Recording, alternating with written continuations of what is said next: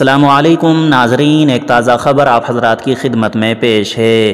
امول دودھ کی قیمت بڑھانے پر سیاست۔ کانگریس نے کہا لوگوں کو بجٹ سے مہنگائی کم ہونے کی امید تھی لیکن ایسا نہیں ہو سکا۔ واضح ہو کہ نیوز رپورٹ سے ملی جانکاری کے مطابق امول نے دودھ کی قیمت میں 3 روپے فی لیٹر کا اضافہ کیا ہے۔ دودھ کی یہ بڑھی ہوئی قیمتیں جمعہ سے نافذ ہو گئی ہیں۔ امول کمپنی نے ایک بیان جاری کر کے اس کی جانکاری دی ہے۔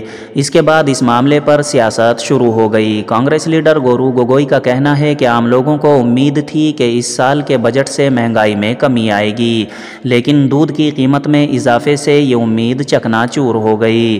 دوسری طرف ایس پی کے راجیہ سبھا ممبر جاوید علی کا کہنا ہے کہ دودھ کی قیمت میں اضافہ عوام کے مفاد میں نہیں ہے۔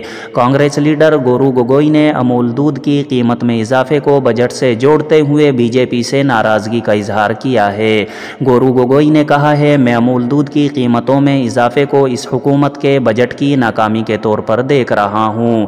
عام لوگوں کو توقع تھی کہ اس سال کے بجٹ سے مہنگائی میں کمی آئے گی۔ حکومت نے مہنگائی کو کنٹرول کرنے کی ذمہ داری صرف RBI کو دی ہے۔